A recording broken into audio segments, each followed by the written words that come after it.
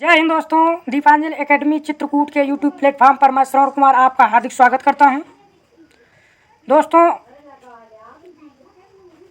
यूपीएचईएससी यानी Uttar Pradesh assistant professor के पाठ्यक्रम में लगे उपन्यासों की श्रृंखला में आज हम वयम रक्षामः उपन्यास लेकर के आए हैं, जो चतुरसेन शास्त्री जी का उपन्यास है। दोस्तों, इस वीडियो में हम इस उपन्यास से संबंधित महत्वपूर्ण परीक्षा की दृष्टि से उपयोगी तथ्यों पर बातचीत करेंगे, क्योंकि यह उपन्यास दोस्तों बहुत विस्तृत है। इसलिए जो कुछ महत्वपूर्ण तथ्य थे इस उपन्यास के पढ़ने के पश्चात जब मुझे लगा उन तथ्यों को आपके सामने मैं प्रस्तुत करने के लिए लाया हूं। तो दोस्तों, आज हम इस उपन्यास के महत्वपूर्ण तथ्यों पर बातचीत करेंगे जो परीक्षा की दृष्टि से उपयोगी होंगी। तो आइए बात करते हैं। दोस्तों, आचार्य चतुरसेन शास्त्री जी का जन्म 26 अगस्त 1891 में बुलंदशहर उत्तर प्रदेश में हुआ था। थोड़ा सा इसे ध्यान रखिएगा, कहीं कहीं लेखकों के कालक्रमानुसार मिलाने को पूछ लेता है, इसलिए यहाँ पर हमने रख दिया है। इस उपन्यास का प्रकाशन सन 1933 में हुआ है।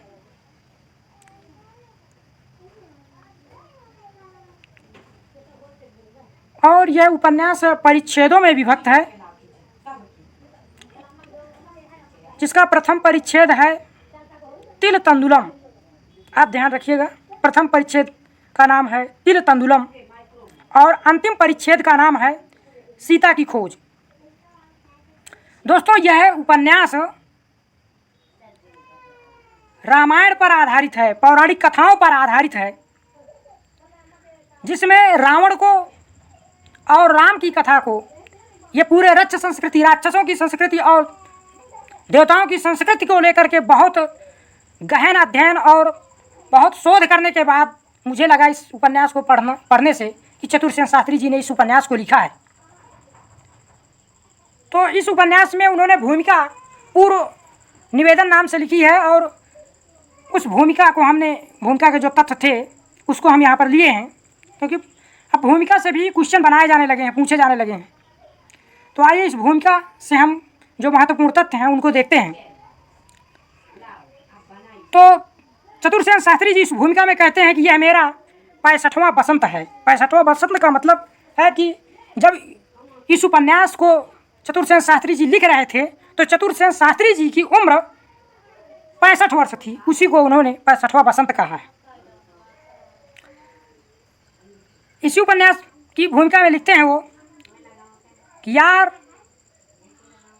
मार तो मैं सदैव खाता हूँ, मार तो मैं सदैव खाता हूँ, इस बार का अपराध तो बहुत भारी है।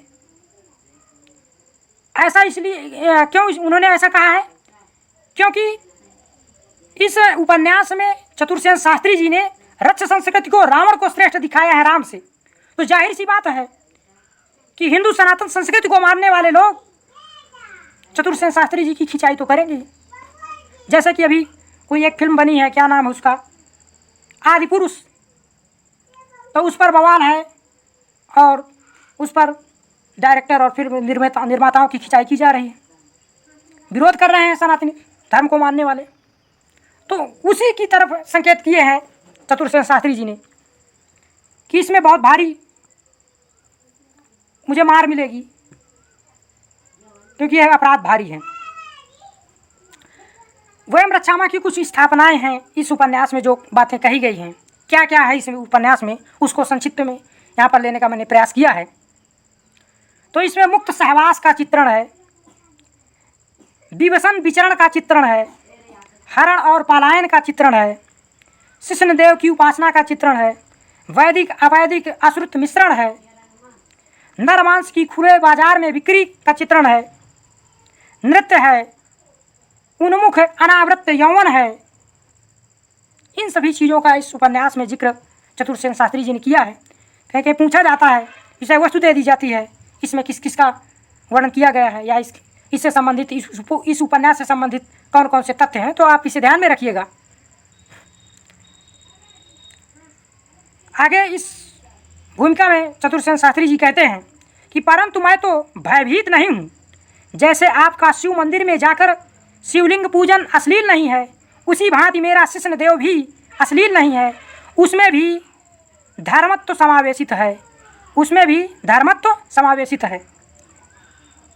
यह बात इस उपन्यास में ये चतुर्सेन शास्त्री जी कहते हैं, क्योंकि कृष्णदेव को यहाँ पर उन्होंने पूजा करते हुए दिखाया है, तो कृष्णदेव को लोग अश्लील ना मान जाएं, उसकी बात यहाँ पर कहते हैं कि अगर आप शिव मंदिर में शिव की लिंग की पूजा करते हैं तो कृष्णदेव में भी वही है, अर्थात तो उसका जिक्र यहाँ पर, उसकी पूजा दिखाना कोई गलत नहीं है। इसमें कहते हैं वो कि सत्य की व्याख्या साहित्य की निष्ठा है। ऐसे छोटे छोटे वाक्यों का ध्यान में रखिएगा। सत्य की व्याख्या साहित्य की निष्ठा है। लेखक ने इस उपन्यास पर लगभग 300 पेजों से अधिक पृष्ठों की एक भाष्य लिखा है। और भाष्य इसलिए लिखा है क्योंकि ये उपन्यास काफ़ी क्लिष्ट हो जाता है समझने के लिए, इसलिए उन्होंने इसको समझाने के लिए भाष्य इनको लिखना पड़ा है। तो भाष्य में किसी चीज़ को सरलीकृत करके समझाया जाता है, तो वही इन्होंने किया है। साहित्यिक जीवन का इतिवृत्त नहीं है, साहित्य जीवन का इतिवृत्त नहीं है, जीवन और सौंदर्य की व्याख्या है। ये अपनी भूमिका में साहित्य के विषय में शास्त्री जी कहते हैं। बाहरी संसार में जो कुछ बताना, जो कुछ बनता बिगड़ता रहता है, उस पर से मानव हृदय विचार और भावना की जो रचना करता है वही साहित्य है। साहित्य की परिभाषा देते हुए कहते हैं कि बाहरी संसार में जो कुछ बनता बिगड़ता रहता है, उस पर से मानव हृदय विचार और भावना की जो रचना करता है वही साहित्य है। साहित्यकार साहित्य का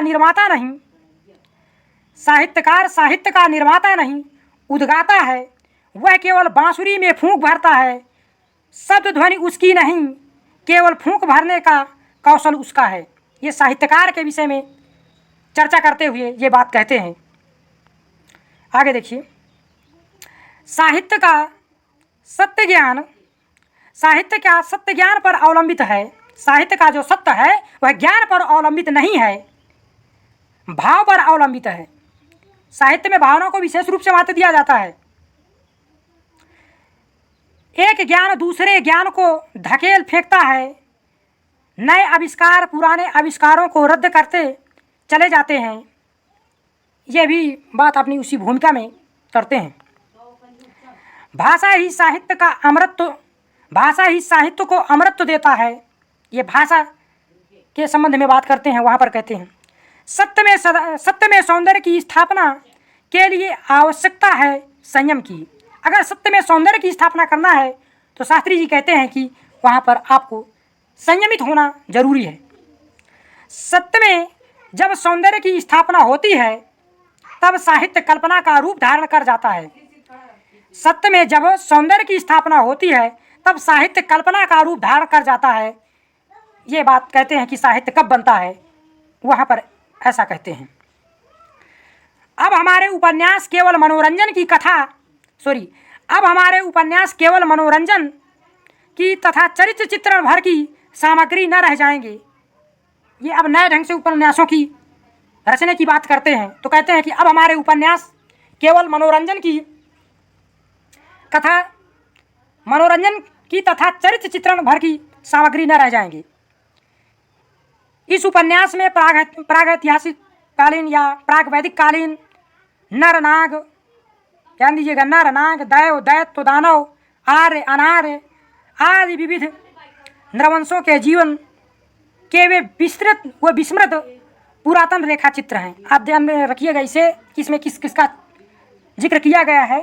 तो प्राग वैदिक कालीन नर नाग देव दैत्य दानव आर्य अनार्य आदि का चित्रण इस उपन्यास में किया गया है। वयम रक्षामः एक उपन्यास तो अवश्य है। शास्त्री जी कहते हैं वयम रक्षामः एक उपन्यास तो अवश्य है, परंतु वास्तव में वह वेद पुराण दर्शन और वैदिक इतिहास ग्रंथों का दुस्सह अध्ययन है। जैसा कि मैंने पहले बताया है कि इन्होंने बहुत इस उपन्यास को लिखने के लिए धर्म दर्शन ग्रंथों को, पुराणों को बहुत बारीकी से पढ़ा है। उसका अध्ययन करने के बाद इस उपन्यास को उन्होंने उपन्यास का रूप दिया है। तो कहते हैं कि ये उपन्यास तो है, साथ ही साथ यह पुराण, दर्शन और वैदिक इतिहास के ग्रंथों का दूसरा अध्ययन भी है। यह उपन्यास मेरे अपने जीवन भर के अध्ययन का सार है।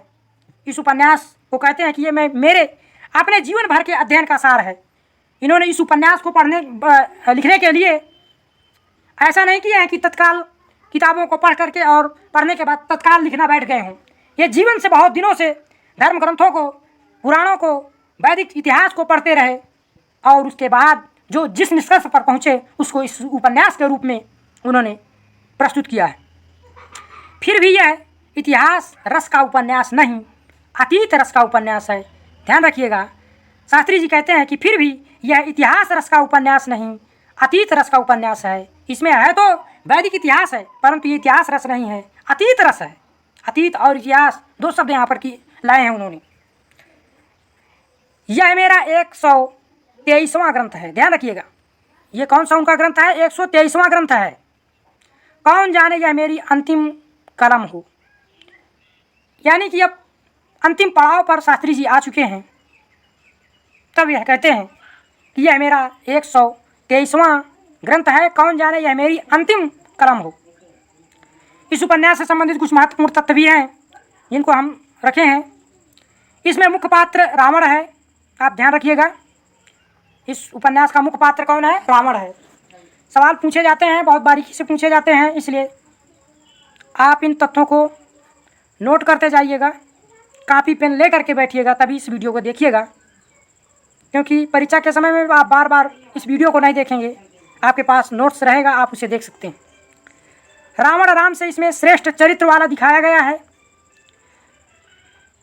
सूर्यमंडल और चंद्रमंडल नामक दो राज समूह थे।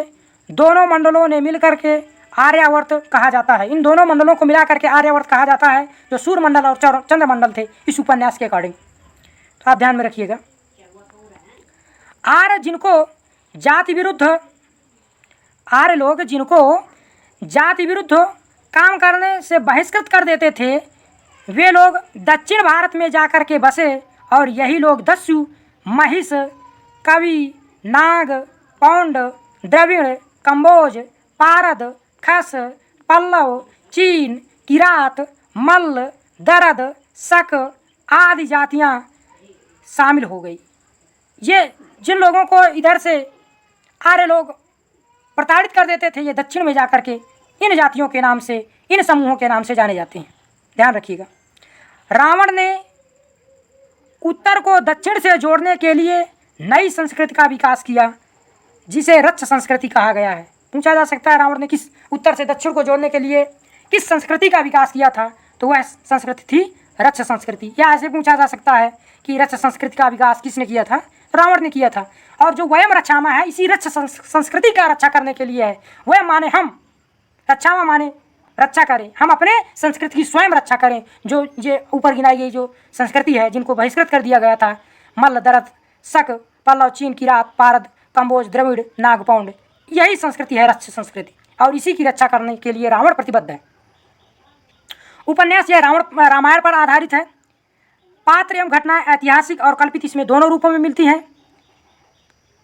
इस उपन्यास में वेद, उपनिषद, ब्राह्मण आदि मिस्र, मेसोपोटामिया, बेबीलोन, पर्सिया, यूनान के अति प्राचीन इतिहास का तुलनात्मक अध्ययन प्रस्तुत किया गया है। आप ध्यान रखिएगा, इसमें इन सभी स्थानों का, इन सभी सभ्यताओं के इतिहास का जिक्र किया गया है। आप ध्यान में रखिएगा, पूछा जा सकता है, सवाल बनाए जा सकते हैं। आइए अब इस उपन्यास के हम उद्देश्य के विषय में बात कर लेते हैं। तो इस उपन्यास का उद्देश्य रामायण की कहानी को इस उपन्यास में निष्पक्ष होकर के बिना किसी पूर्वाग्रह के वास्तविकता को जानने का ही इसका प्रमुख मूल उद्देश्य है। क्योंकि रामायण की कथा, जो राम की कथा है, वो सनातन धर्म में दूसरे हिसाब से दिखाई जाती है। उसको इस रूप में प्रस्तुत किया जाता है कि राम बहुत आदर्श हैं और वह धर्म के रक्षा करने वाले हैं, जबकि रावण बिल्कुल उसके विपरीत गलत आचरणों वाला दिखाया जाता है। तो इस उपन्यास में शास्त्री जी ने निष्पक्ष होकर के बात किए हैं, और उनके निष्पक्ष होने का परिणाम यह निकला है कि इसमें जितना ऐतिहासिक और जितना सदाचारी महापुरुष के रूप में राम को चित्रित किया जाता है, उतना ही सदाचारी अच्छे गुणों से युक्त रावण को भी दिखाया गया है। इस उपन्यास में लेखक का मानना है कि रावण को अन्यायी अत्याचारी कहा जाता है, किंतु वैभव और विशाल राष्ट्र का अधिनायक, जिसका इतना बड़ा राष्ट्र हो, जो वैभव से संपन्न हो, वह नायक केवल दुर्गुणों से कैसे युक्त हो सकता है? जो रामचरितमानस और रामायण आदि रामकथा से संबंधित ग्रंथों में दिखाया गया है सनातन धर्म के द्वारा, उस पर ये सवाल उठाते हैं, तर्क करते हैं कि दुर्गुणों से कैसे भरा हो सकता है?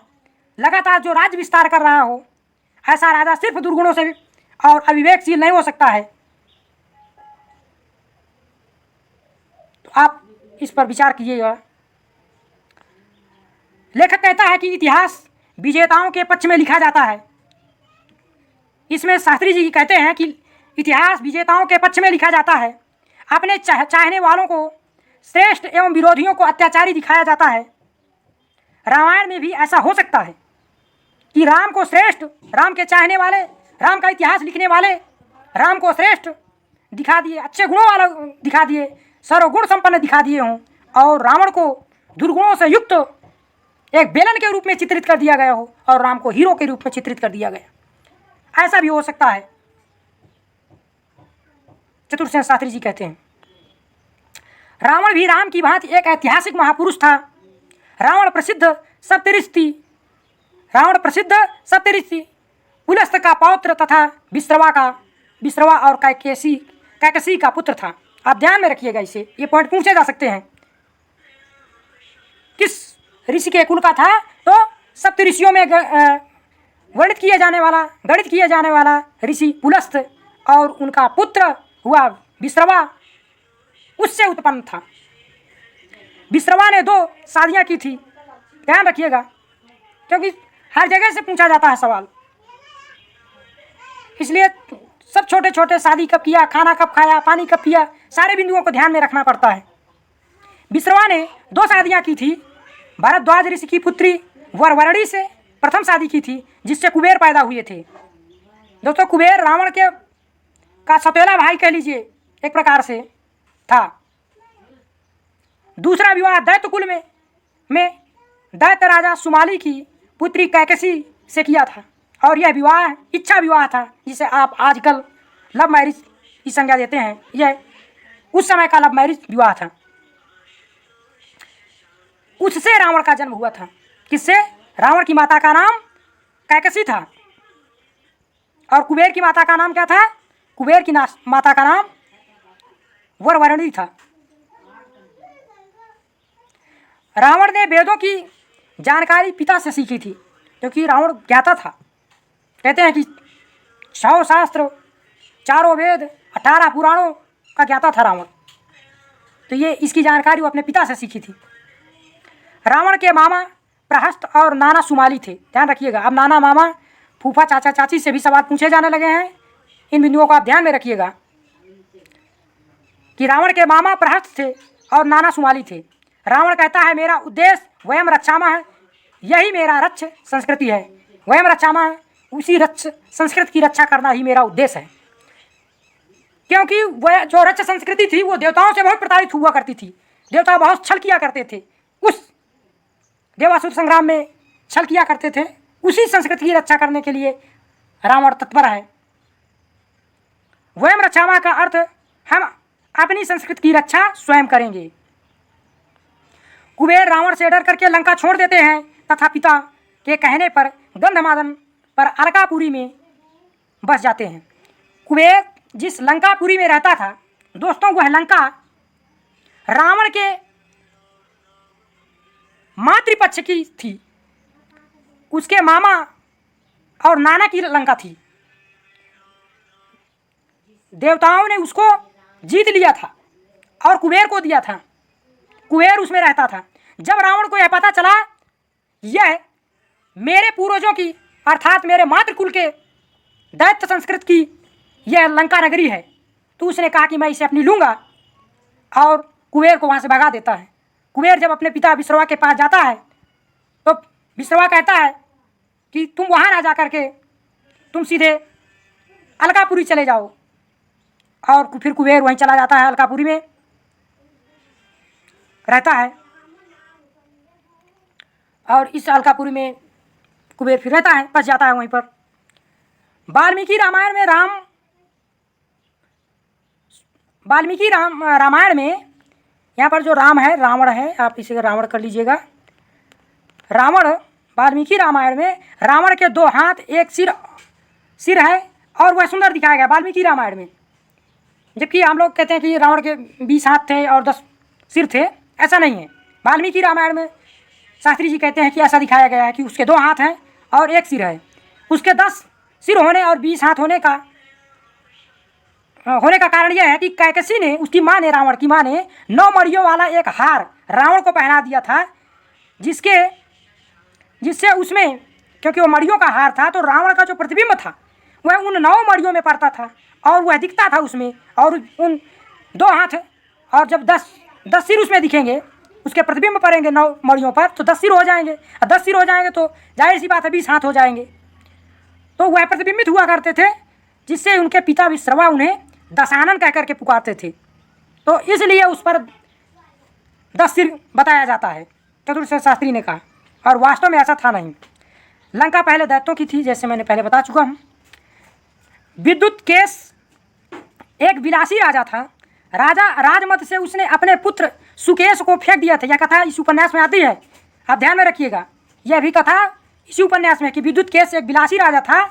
राजमत में उसने अपने पुत्र सुकेश को फेंक दिया था, जिसका पालन पोषण शिव और पार्वती ने किया था। सुकेश के 3 पुत्र हुए थे। कौन कौन से? माल्यवान, माली और सुमाली हुए। इन तीनों ने त्रिकूट सुमेल पर्वत पर, ध्यान रखिएगा, त्रिकूट सुमेल पर्वत पर लंकापुरी बसाई थी।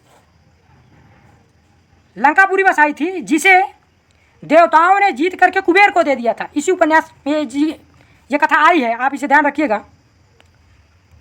काश्यप सागर के किनारे बसे द्वीप में स्थित सोने के खानों पर आधिपत्य को लेकर के देवासुर संग्राम हुआ। पूछा जा सकता है कि उपन्यास के अनुसार कहाँ पर देवासुर संग्राम हुआ था। तो काश्यप सागर के किनारे बसे द्वीप है एक, उस वहाँ पर एक सोने की खान है। उसके आधिपत्य, उसके अधिकार को लेकर के देवताओं में और राक्षसों में युद्ध हुआ था। उसी को देवा संग्राम नाम दिया गया। इस उपन्यास में 13 देवासुर संग्रामों का जिक्र किया गया कि 13 देवासुर संग्राम हो चुके हैं और 14वें देवासुर संग्राम की तैयारी इंद्र कर रहा है। इसलिए रावण कहता है कि मुझे अपने रक्ष संस्कृति की रक्षा करनी है। इस उपन्यास में रावण को बहुआयामी प्रतिभा का धनी, अनेक विद्याओं का जानकार, सफल राष्ट्रनायक, सेना नायक, नीति विशेषज्ञ, सफल साहित्यकार, संपादक, चिकित्सा शास्त्री और संगीत प्रेमी भी दिखाया गया है। आप इनको देख लीजिएगा कि रावण को क्या क्या कहा गया। रावण ने शिव तांडव स्तोत्रम नाम की एक रचना शिव को प्रसन्न करने के लिए संस्कृत में लिखा था, इसलिए रावण एक साहित्यकार भी था। आइए दोस्तों, इसके पात्रों की बात कर लेते हैं। इसमें पात्र हैं, राम है, सीता है, दशरथ है, हनुमान है, और वशिष्ठ मुनि है, रावण है, विश्वामित्र है, माली है, सुमाली है, माल्यवान है, कुबेर है, और अनेक पात्र हैं। जो रामायण में की कथा में जो पात्र हैं, सारे पात्र यहाँ पर हैं। देवासुर संग्राम में मैं पहले बता चुका कि इसमें 13 देवासुर संग्राम हो चुके हैं। रावण कहता है देवता छल करते हैं असुरों से, अतः रक्ष संस्कृति में सभी असुर एक हो जाओ, इसका मुख्य उद्देश्य है वयम रक्षामः। रावण ने उत्तर भारत में अपने 2 सैन्य ठिकाने स्थापित किए थे। रावण को कहते हो कि रावण अविवेकी था। अविवेकी होता तो सैन्य ठिकाने स्थापित करता, जैसे कि आज के राष्ट्र अपने सैन्य ठिकाने स्थापित करते हैं। उसी प्रकार से रावण ने उत्तर भारत में अपने 2 सैन्य ठिकाने स्थापित किया था। पहला था दंडकारण्य में और दूसरा नैमिषारण्य में। दंडकारण्य वाले को बहन सुपर्णखा को दे दिया था और उसकी रक्षा करने के लिए अपने मौसी के बेटे खर और दूषण को भेजा था। वो भी वहाँ पर रहते थे, ध्यान रखिएगा। खरदूषण इनके मौसी के बेटे हैं, भाई नहीं हैं, ठीक है। और तारका एक यक्षिणी थी, इसका पुत्र मारीच था। तारका यक्षिणी इसलिए थी कि पहले लंका कुबेर की थी और कुबेर यक्ष जाति का है, तो वहाँ पर जाहिर सी बात है कि वहाँ पर कौन रहेंगे, यक्ष रहते थे। किंतु जब रावण ने कब्जा कर लिया तो यक्ष लोग वहाँ से निष्कासित कर दिए गए। किंतु कुछ लोगों ने रक्ष संस्कृति को, रावण की संस्कृति को अपना करके वहीं पर रहने लगे थे। तो तारका उसी यक्ष संस्कृति की थी। उसने रावण की रक्षा संस्कृति को अपना लिया था और कहा कि मैं आपकी बहुत बड़ी सहायता करूंगी आपके शत्रुओं से। तो यह मारीच आश्रम में रहती थी। मारीच ताड़का का पुत्र था। तो जब धनुष ये गोता है और जाते हैं राम लक्ष्मण, वहाँ पर लड़ाई होती है और इसका वध किया जाता है। आप कथा जानते होंगे। इसके अन्य महत्वपूर्ण जानकारी हम इससे संबंधित लेते हैं तो चतुरसेन शास्त्री ने कहानी लिखा है। उनके कहानी संग्रह हैं रजगढ़, अछत, बाहर भीतर, दुखो आकाशे, कहूँ मोरी सजनी, सोया हुआ शहर, धरती और आसमान, कहानी खत्म हो गई, स्त्रियों का ओज, सिंहगढ़ की विजय। आप इन कहानी संग्रहों को याद रखिएगा, पूछे जाते हैं। और इनके निबंध भी हैं। इन्होंने अंतस्थल, तरलाग्नि, मरी खाल की हाय जैसे निबंध लिखे हैं। उपन्यासों में हृदय की परख जो 1918 में लिखा गया है, अवैध संतान की समस्या का इसमें चित्रण किया गया है। हृदय की परख में हृदय की प्यास 1931 ईस्वी में लिखा गया है। इनके उपन्यास हैं हृदय की परख 1918 में, जो अवैध संतान की समस्या का चित्रण किया गया है।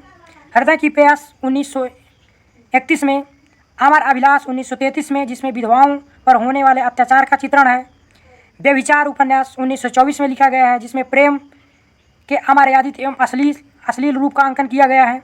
और आत्मदाह जो 1937 में लिखा गया है, आज़ादी के लिए आंदोलन एवं देश प्रेम का इस उपन्यास में चित्रण किया गया है।